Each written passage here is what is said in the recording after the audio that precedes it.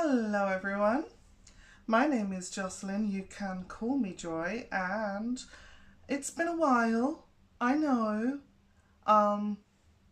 The story is that I've been just not up for doing YouTube stuff on camera lately.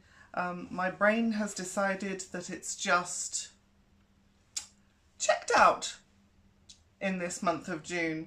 So now that we're in July, it's decided to kick back in. It's good for me, you know, because I've been missing doing this. That's not to say that I've been doing nothing. I have worked on a couple of scripts for future videos, but in the meantime, I think it might be a really good idea to have a little bit of a recap as to some of the events that happened in the later part of June, because a lot happened that focused on just LGBT plus general stuff. And I think looking back on those, well, it's interesting, isn't it? Stuff like this video, for example.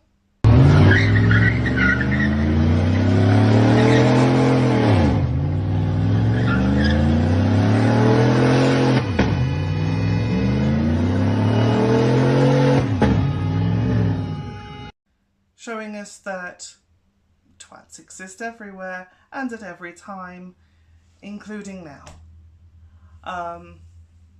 So what's happening here is they are deliberately defacing a rainbow-coloured crossing, obviously meant as just a very nasty, kind of petty thing to do. The rainbow here, of course, is the pride flag.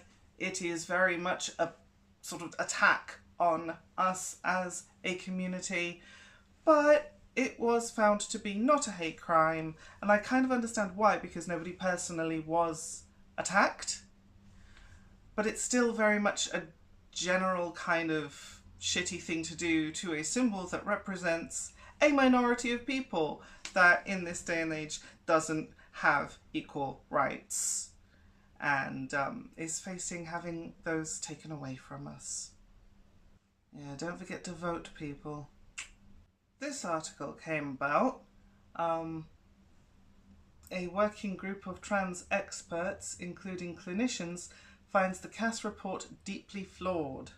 This is an article in Pink News, so you can guarantee that it is friendly to the LGBT plus perspective. I get that, but at the same time, this is the pushback that we've been sort of saying for a while, just in a bit more of a official capacity.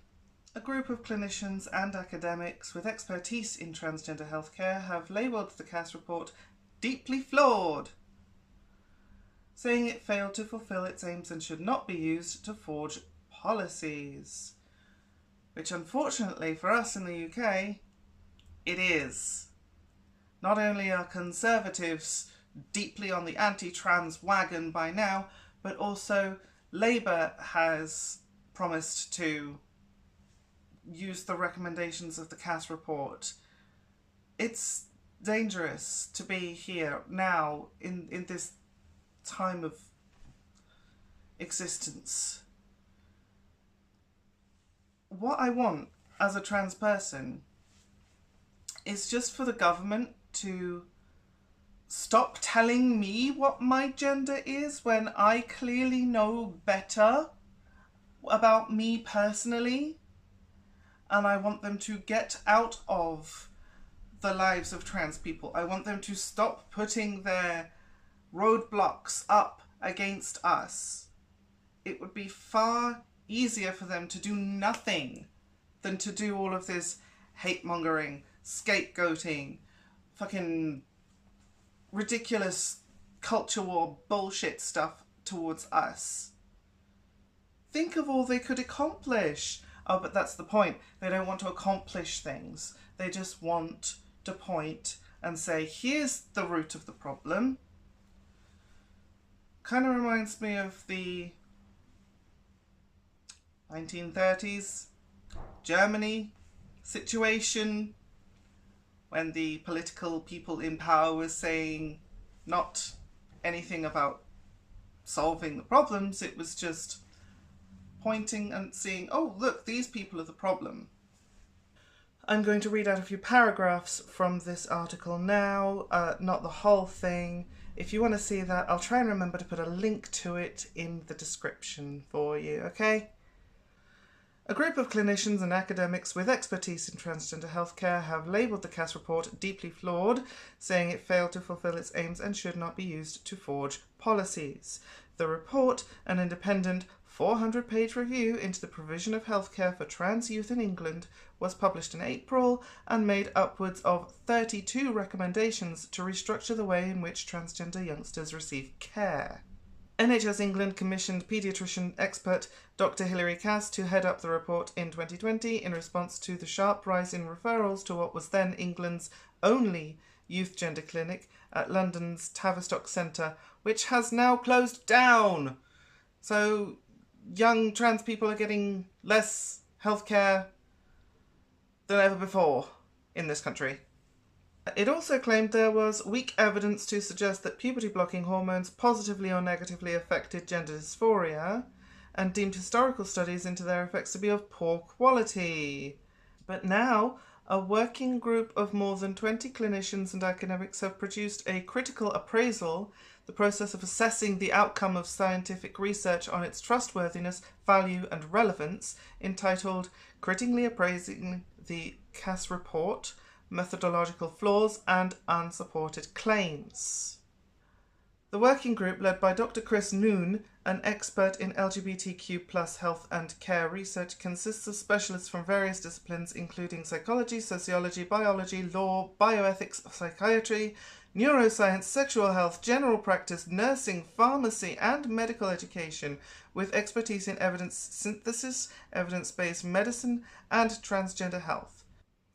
Selective and inconsistent use of evidence. This is not the first time the report has been criticised by healthcare professionals. In May, WPATH and the US Professional Association for Transgender Health published a statement accusing Cass officials of intentionally and explicitly excluding any oversight from patients and their families and trans healthcare experts, and claiming that the report's content is not supported by robust methodology.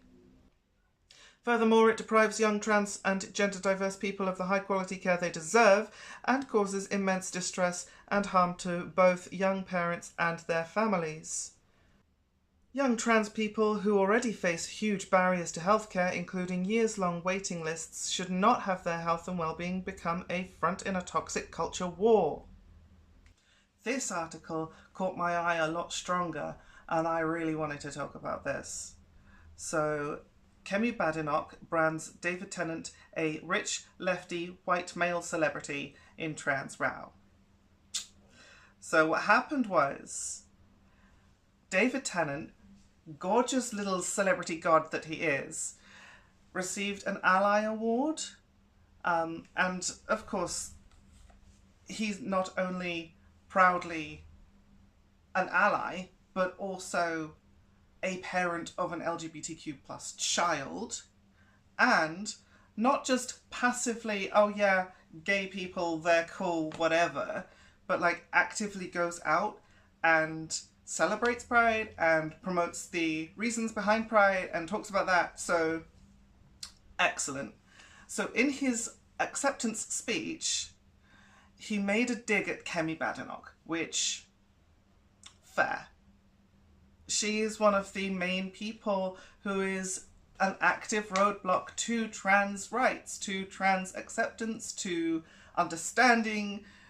According to the likes of Badenoch and J.K. Rowling, David Tennant has been indoctrinated into the woke mind virus that is gender ideology.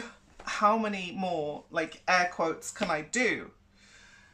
It couldn't possibly be that he's, you know, a grown-up with a brain and has come to a conclusion about a particular topic using his own logical reasoning and listening to the stories of trans people and LGBT plus people and hearing the evidence from certain studies that, you know, let's face it, all of the expert studies, not biased pieces of crap like the Cass review, say that trans people should be allowed to transition and it makes us happier. Better off. Who would have thunk it? It's not like we've been saying this for generations now. But no, apparently, as a celebrity, according to Badenoch, he's not allowed to have an opinion on gender.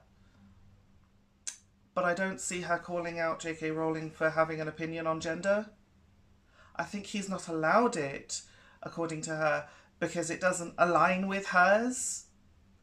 I think that she, as a politician, has no real expertise in the matter as compared to, you know, someone who's not only a parent of a child who is having this lived experience, but also it's wildly hypocritical to say that, well, you're not an expert, you can't have an opinion in this, because she's not an expert and really shouldn't be pushing her opinion on this either.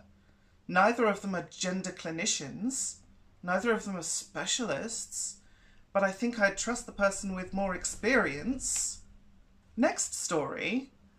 This is just something that popped up on Reddit, I think, and my researcher sent it to me and I thought it was wild. So I'm going to read this one and then give my feedback afterwards. Wow, I didn't see this coming. But I appreciate the honesty, I guess. I've been going to the same hairstylist for about 2 years. I'm a trans woman and as usual, shaking my head, a trans discussion always seems to come up. Only this time she says, even though you look like a woman, I'll give you that. If you get bottom surgery, you'll still have a man's eyes and a man's heart. So I'm not comfortable with you people using our bathrooms. That's just me. Of course the other women agreed with her. So I said, so you ladies don't like me because I'm a trans woman? All but 2 said yes. So I said, if that's the real problem, and that's how you feel, then you're definitely entitled to your opinion and your feelings. However, none of you should be offended or mad if you are mistreated because you're black. I'm black too. Oh my God, they were angry and called me everything in the book. That's not the same thing, etc. My point was, they don't know anything about me except that I'm trans and I come and get my hair done. You dislike me because I'm trans. I think that's relevant to some random person seeing you, they don't know you, and saying they don't like you, and this, that, and the third, 'cause you're black. Was I wrong? After the owner calmed everyone down, my stylist said, well, I see trans women as competition. Shock. Shooketh. Okay, 2 things to mention about this. First of all, the most obvious thing, yes, comparing being black to something like being trans is appropriate. Not all the time, but in this instance, yes, because both things are things that you can't really control. It's you either have more melanated skin or you don't. You either have a tendency towards being the assigned gender at birth or you don't. Like, whether a person chooses to act on that and physically transition is a little bit of a different layer on top of that, but what's not in question is the underlying reason why somebody would want to do that is because, yeah, bada bing, trans. It's not just a whim, it's a compulsion.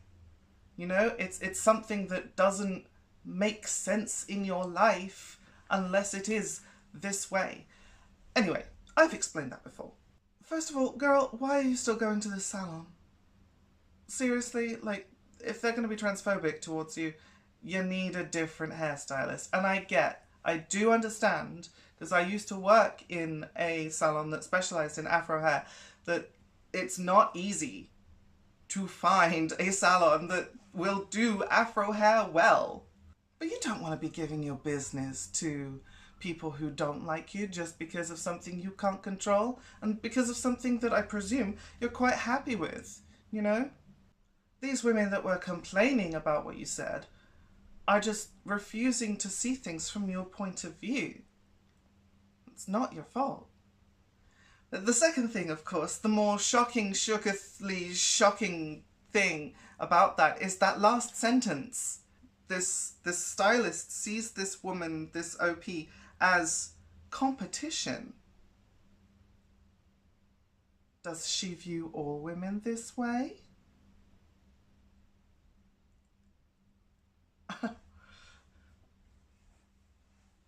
Does she just have a hate on for all women? Or is it just trans women? And why? Trans women are very sexualized, especially when it comes to the adult film industry. We get fetishized an awful lot. And on top of that, there are plenty of lower income trans people who can't make it up the employment ladder because transness is still seen as something that's negative and bad, and it does work against us. So many trans women then have to turn to the adult industry to make any money, to survive, and all of that feeds into the sexualization of trans women. My point being that it's not a good position to be in necessarily. Men will jerk off to us but still deny us rights or acknowledgement. And if this stylist could get her head out of her ass for 2 seconds, maybe she would see that in the sort of quest for feminism, she and her client, the OP, would be on the same team in that fight for equality if it wasn't for her own blinkered thinking. But my God, it's wild. It is wild. My researcher sent me this. An alternative to Pride in London for gay men. Register at www.humangaymale.com.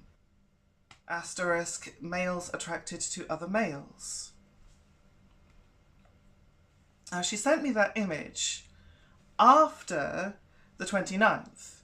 So I have, obviously, the curious nature that I do. I went and looked it up. And I couldn't find any articles about it, but I did find an article about a specifically lesbian pride that happened the same day that was, yes, just as turfy as this one wanted to be. Looking back at 2018's Pride, when that got hijacked by TERFs at the front of the Pride March, this was basically the sort of next step from that. Rather than hijacking Pride, they've tried to make their own Pride. So there's this article in the Telegraph, the right-wing graph, that says proposed Pride March could be alternative for, quote, fed-up lesbians this summer. New parade plans follow claims of recent celebrations becoming hypersexualized and dominated by trans movement. It calls them women's rights campaigners when they're TERFs. The organizer of the event claims that the regular Pride has been dominated by trans people, which, no, it's not dominated by us, it just includes us. That's what she's pissed off about.